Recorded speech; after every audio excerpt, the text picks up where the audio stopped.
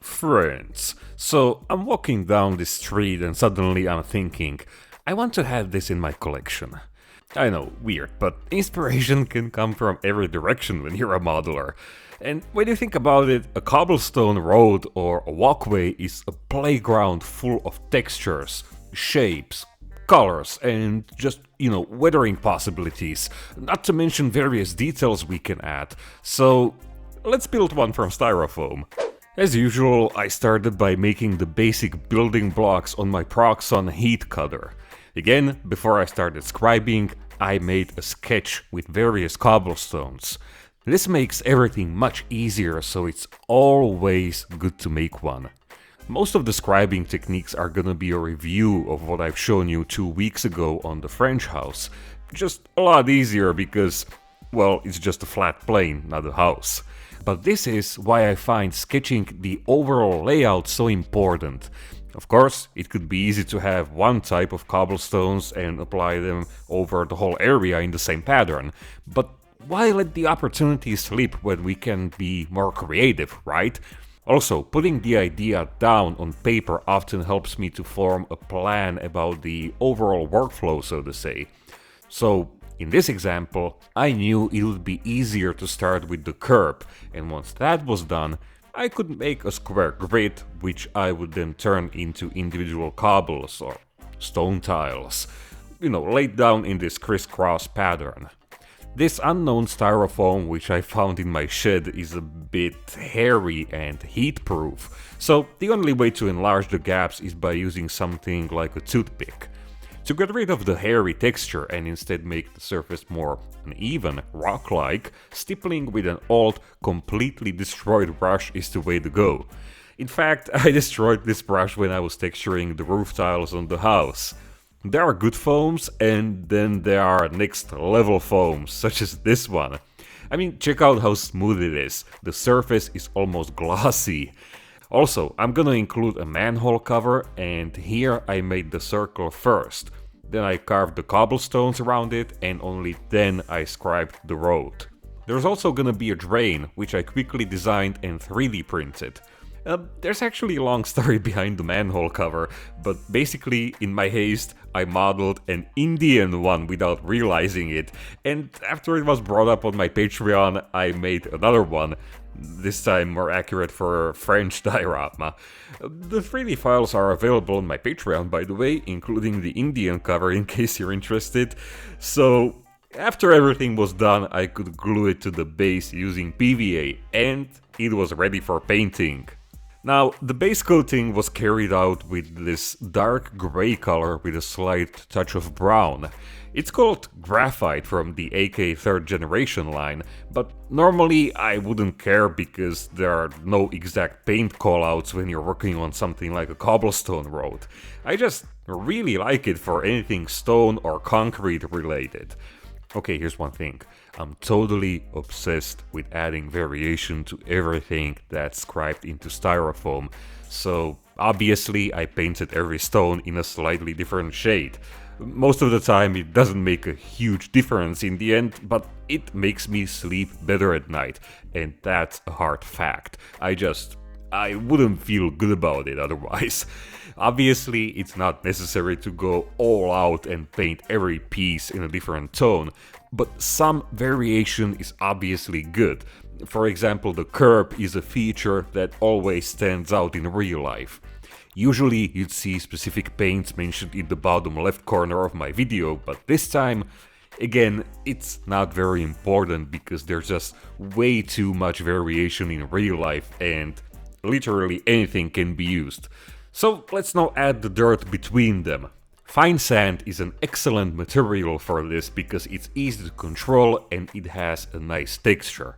Compared to, let's say, plaster of Paris or one of the pre-made wall repair plasters that are smeared across the surface and wiped, here I can deposit the sand very precisely, adding or removing it wherever needed.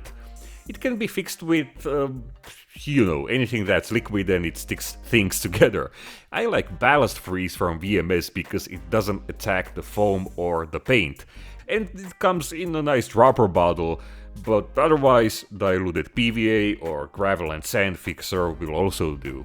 It dries in a few minutes and the resulting texture looks pretty nice already, but it's only a base for our weathering efforts.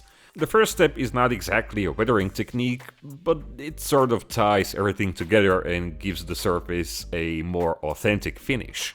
Light mud from Vallejo is a very nice color for anything dust or dry earth related, so I like using it for all kinds of effects. With the basic paints and textures finished, I wanted to add even more textures. And what's the easiest way to achieve that? By using random clutter from the outside, be it sand, again, although this time grains are larger, real dirt, that's a legit modeling consumable, although I wouldn't recommend consuming it in the most literal way, and static grass, or in my case, dried seagrass, or as I like to call it, sea ball, because it comes in balls. Once again, I fixed everything with a few drops of ballast freeze, and whenever I'm working with small amounts of debris and want to speed up the process, I flood the surface with tap water and then soak it up with a large paintbrush. This will spread the glue more evenly and speed up the drying process. To integrate it smoothly into the groundwork, I used an airbrush. It's my own mixture of earth-toned and grey Tamiya acrylics diluted with leveling thinner. I actually labeled the bottle grey dust, so to say, but again, this totally depends on the setting and what you're going for. Airbrushing is mostly associated with very smooth, feathered color transitions, which doesn't always look very natural if you're recreating dust or dirt, so a few more acrylic washes from Vallejo paints will give the surface a more believable finish. And I didn't just apply them as a wash into crevices, but also on top of a few cobblestones, making them look more weathered. This would already work pretty well for a very dry, dusty setting, but my goal is something with more contrast. So it's gonna be the same technique, just the colors are gonna be darker. From what I see most of the time, the earth between cobblestones remains pretty dark. So this step kinda makes sense both artistically and realistically. It's again best to apply it in several layers and build up the opacity in uneven patterns. A very fun way of adding visual texture is chipping the stones. This can occur naturally, just like I've shown you in the reference footage at the beginning of the video, or in this case, I'm using it to suggest the movement of tanks across the road. Their metal tracks and heavy weight would definitely leave some scars, and it's a small visual detail that can make the road look more interesting, so why not? One of the most satisfying techniques for me is adding moss or any small vegetation, which I also noticed during my walk. Crushed foam from Woodland Scenics is an awesome material for this, and in this case I could just sprinkle it over the blobs of PVA glue and gently push it down so it would stay in place. A quick blow from an airbrush and yeah, it's gonna stay there. The best part is actually painting. Here I sort of developed my own approach, so I'm not sure if it's the correct way or not, but I like to start with khaki gray from Vallejo and apply it as this very heavy wash. It can totally spill on the surrounding stones, in fact it's gonna make the result more subtle and authentic. And while the paint is still wet, I add another wash with golden olive. This paint is very vivid, but it'll turn darker as it dries, and because both paints are now wet, they'll nicely blend together. Finally, a very small amount of black-brown here and there will act as an outline, but it can also tone down the effect if needed.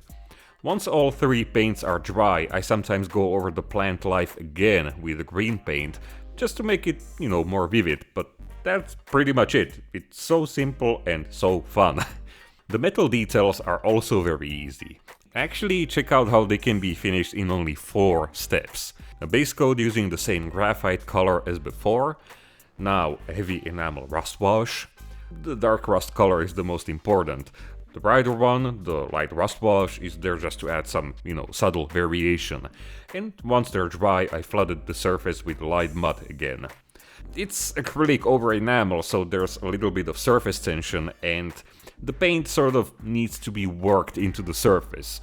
But it just needs more blending than usual, and that's pretty much it. And finally, quick polishing with graphite. This time actual graphite, like a pencil, not the paint called graphite. And yeah, that's it. The light matte color gives the details an authentic finish, but it also visually ties them to the dusty road. The final touch is picking out some of those loose stones with different paints, but apart from that, the road is pretty much finished. It's such a fun way to spend an evening at the workbench. Seriously, everything goes by really fast and most of the time was spent waiting for paints to dry. And it's yet another use for styrofoam in our dioramas. A cobblestone road might actually be the easiest structure to make. Definitely much easier and quicker than, let's say, a simple brick wall. And it provides so much contrast with regular, like, packed dirt groundwork. So I guess that's gonna be it, my friends. Short, straight to the point, and I hope you enjoyed it this way. Next week will be a full-blown video about making this whole diorama, but I don't want to give away too much, so these shots will have to do for now. So thank you for watching, I hope I'll see you again in the next one, and thank you to my patrons who make this weekly show possible. If you want to see the next video right now, it's actually already there on my Patreon page, and I also have a lot of updates and behind the scenes there. You can, for example, watch me working on every project in real time. I'm updating almost every day. We can also get in touch through DMs and comments. I also have these nice studio photos which you can download in full resolution. 3D models, as I already mentioned, including these sewer covers, but also roof tiles and various accessories for dioramas and armor models, and last but not least, real-life references and inspiration for dioramas and sceneries or man-made structures. Yeah, a lot of stuff. Anyway, until the next one, stay safe, stay awesome, keep building models, don't just collect them, and remember, the next video is gonna be a diorama and it's gonna be huge, so don't miss it. Cheers!